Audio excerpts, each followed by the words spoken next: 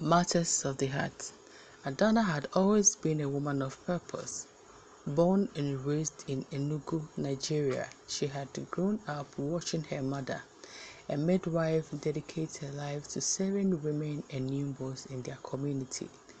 Inspired by her mother's resilience, Adana pursued a career in nursing, excelling in her studies and later securing a prestigious job at a private hospital in Lagos. Her success was not handed to her.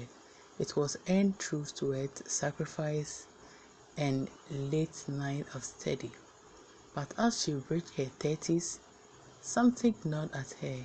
Society expected that by now she should be married, or at least engaged.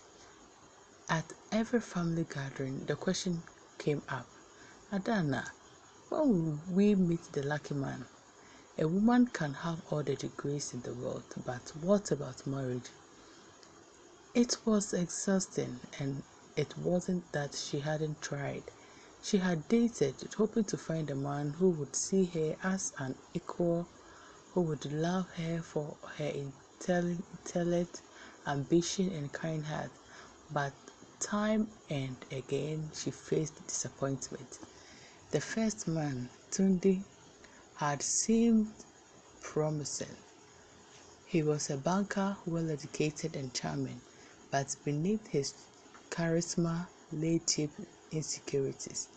He consistently made snide remarks about how Adana worked too much and once told her, a woman should not be more ambitious than her man. It disrupts the balance. Then there was Chidi, a successful entrepreneur who pursued her with grand gestures, expensive dates, surprise gifts, and sweet words. But Chidi had a wandering eye. He believed that as long as a man provided financially, he was entitled to certain freedoms. Adana walked away before her heart could get too entangled. Her best friend, Bisi, never stopped encouraging her. Adana, maybe you are looking in the wrong places. Bisi suggested one evening as they sipped their drinks at a quiet log. Not every man is intimidated by an educated woman. Maybe you try dating outside your usual circle. Adana sighed. Bisi, I'm just tired. It feels like I have to choose between love and my dreams. Then came Dr. Kola. Kola was a new doctor at her hospital, confident, charming, and refreshingly different. He wasn't intimidated by her intelligence. In fact, he admired it. They spent hours discussing medicines, books, and life. He was thoughtful, making her laugh even after her hardest escape. For the first time in years, Adana felt like she had met a man who truly saw her. Their relationship blossomed. They took weekend trips to Lekki Beach, went on date night drives through the city, and shared their dreams under the stars. Kola spoke about moving abroad, maybe settling in Canada, and he wanted Adana to come with him. But slowly, she began to notice the cracks. Kola had a need for control. Subtle at first, then more obvious, he started making decisions for her without asking. He expected her to adjust her schedule around his, to be more available when she spoke of her own career aspirations. He dismissed them with a smile, saying, "You are already successful enough. Isn't it time to think about family?" One evening, they had their worst argument yet.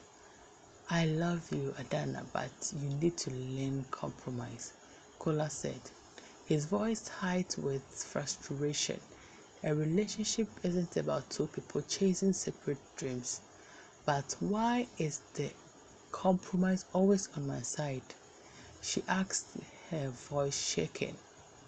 Why should I be one to give up my career, my dreams. Kola sighed, because I'm the man. Silence, the final blow.